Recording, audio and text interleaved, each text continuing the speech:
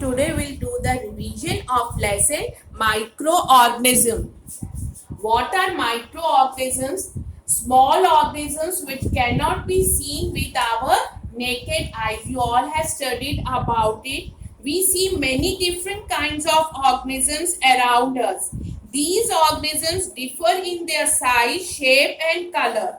There are large number of organisms which cannot be seen with naked eyes. They can only be seen through a microscope. How can we see these organisms? They can be seen only through a microscope. The organisms which are too small to be seen by the naked eyes and can be seen only through a microscope, they are called as microorganisms or microbes. What are they called as? Microorganisms or microbes. Now, what is a microscope, children? A microscope has a single or combination of magnifying lenses to observe two small objects to be seen in detail. What is microscope? It has a single or combination of magnifying lenses to observe two small objects to be seen in detail. Children, basic steps to use a microscope are as follows. Clean the mirror using a soft clean cloth if required. Place the slide with the specimen on the stage. After that, what you have to do, adjust the focus of the eyepiece and the objective lens. Then what you will do, view the slide through the eyepiece.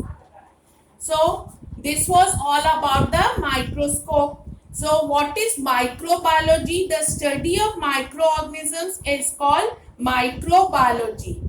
Microorganisms are found everywhere in air, water, in soil, desert or marshy land. Microorganisms are capable of existing in extreme conditions of temperatures and dryness by forming a hard outer covering that is called as a cyst. What is a cyst? That is a hard outer covering. Microorganisms are capable of existing in extreme conditions of temperature and dryness by forming a hard outer covering that is called as cyst. When the conditions become favorable, they come out of their cyst, multiply and go through their life cycles. This was all about the habitat of the microorganism and about the cyst. Now, what is that? What does this one? Microorganisms can be divided into bacteria, algae, fungi, protozoa and virus. Bacteria are single cell organisms. They may be rod-shaped, spherical, spiral or comma shaped. Fungi can be, now next one is the fungi. Fungi can be unicellular or multicellular. But they lack chlorophyll and obtain food from dead and decaying organic matter. After that, algae. You have studied about the algae also, children. Do you remember? Algae may be unicellular as well as multicellular. Algae are plant-like but have no roots, leaves and stem. They have chlorophyll and so they can carry out photosynthesis. Protozoans are unicellular organisms that have animal-like characteristics. Now, which one is the next one? That is the virus. Viruses are also microscopic. However, they are different from other microbes. They can multiply and grow only inside the cell of host. Where they can multiply, children? They can multiply and grow only inside the cells of host. Another living organism, such as what are that, children? Plant, animal or even a bacteria. Even a bacteria. So what we had discussed, microorganisms can be divided into bacteria, algae, fungi, protozoa and virus. Now what will be the next one, children? that microorganisms play an important role in human life. Many of them are beneficial as we depend on them for many things. On the other hand, some of them are harmful in many ways. Now, what are that, children? Microorganisms are used in the food and beverage industry, in making medicines and vaccines, in increasing soil fertility and cleaning the environment. Microorganisms are used now. Useful microorganisms. Microorganisms are useful to human beings in many different ways. What are the different ways? They are used in making food items such as bread, curd and cake, for preparing medicines, and to improve the soil fertility.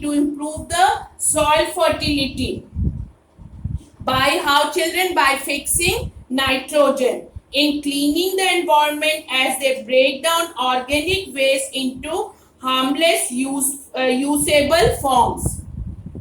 Microorganisms are used in food and beverage industry. Used in food items, curd contains a bacterium called lactobacillus. What was the name of that? The name is lactobacillus. Cheese and paneer are prepared by using bacteria lactobacillus and streptococcus. Yeast plays an important role in preparation of food items such as bread, pastries and cakes. Yeast is also used for commercial production of alcohol and wine. The process of conversion of sugar into alcohol is called fermentation. What we are discussing about the microorganisms used in food and beverage industry. So what is fermentation? The process of conversion of sugar into alcohol is called fermentation. What is the use of the yeast, children? Yeast is also used for commercial production of alcohol and wine, and also yeast plays an important role in preparation of food items such as bread, pastries and cakes. Now, next one is in making medicines and vaccines, children. What is the next one? In making medicines and vaccines. So, you have studied about the antibiotics, making antibiotics. Certain bacteria and fungi are used to produce antibiotics. The medicine that kill or stop the growth of disease-causing microbes are known as antibiotics. What are antibiotics? The medicines that kill or stop the growth of disease-causing microbes are known as antibiotics. Now, what are the vaccines? What are vaccines? A vaccine is a preparation of kill or weaken disease-causing microbes. So next one is for the increasing soil fertility. You have studied about the nitrogen cycle. What is nitrogen fixation? Just think about it, children. Nitrogen fixation is the process by which free atmospheric nitrogen is converted into nitrogen compounds. In nature, nitrogen is fixed during lightning or by nitrogen fixing bacteria and blue-green algae. What is nitrogen cycle? Nitrogen cycle can be defined as a cyclic flow of atmospheric nitrogen in nature. So this was about the nitrogen cycle. Now the next one is cleaning the environment. It also help in cleaning the environment. How does it help in cleaning the environment? Microorganisms decompose biodegradable waste to harmless and usable forms and help in the recycling of nutrients in the environment. This way the microorganisms help in cleaning the environment. Now next one, harmful microorganisms. What are the harmful microorganisms? Many microorganisms are harmful to human beings, animals and plants. This can be broadly classified as disease-causing microorganism and spoiling and the food spoiling microorganism.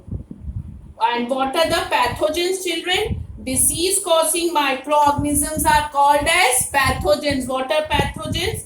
Disease causing microorganisms are called pathogens. So what does this communicable diseases mean? Define the communicable disease. The disease which can spread from an infected person to a healthy person. What does this communicable disease means? The disease which can spread from an infected person to a healthy person through what, children? Air, water, food, physical contact are called communicable diseases. Now what are the carriers? Now in the communicable disease, what are the carriers? The agents which transmit diseases causing microorganisms from infected person to healthy person are called carriers. The female Anopheles mosquito carries the malaria causing parasite. Now children, housefly is an agent of many foodborne diseases. Microorganisms also cause diseases in animals and plants. Which are the diseases for the animals, children? Foot and mouth disease, rinderpest and anthrax are examples of which disease? Animal diseases. These are also caused by pathogens. And in the case of plants, children, citrus canker, do you remember? Rust of wheat, etc. These are the examples of what, children? These are the examples of plant diseases caused by pathogen. Now see the next one, next point. What is the next point? Microorganisms such as fungi and bacteria are responsible for the spoilage of various foodstuff. For the spoilage of various foodstuff. So how does this foodstuff get spoiled? Food gets spoiled due to the action of microorganisms. Due to the action of microorganisms such as bacteria and fungi. They produce toxic substance. What does they produce? They produce toxic substances. These toxic substances make the food poisonous and unfit for eating. What happens? What is the bad effect of these toxic substances? These toxic substances make the food poisonous and unfit for eating. The health problem caused by eating spoiled food items is called food poisoning. Define food poisoning. The health problem caused by eating these spoiled food items is called food poisoning. Now let us discuss about the food preservation, children. What define food preservation? Food preservation is a technique of treating food items to slow down or stop the growth of microorganisms. What is food preservation, children? Food preservation is a technique of treating food items to slow down or stop the growth of microorganisms as well as maintaining the quality, flavor, color and texture of the food items. What are the common methods of food preservation? The common methods of food preservation are boiling, refrigerating and freezing. Then canning, using chemical preservatives, using salt, sugar, oil or vinegar and pasteurization. These are the common method of food preservation. Now, what is the dehydration in the preservation method, children? It involves removal of water. Food items such as cereals and pulses are generally dried under sun to remove the moisture present in them. What is dehydration method? It involves removal of water.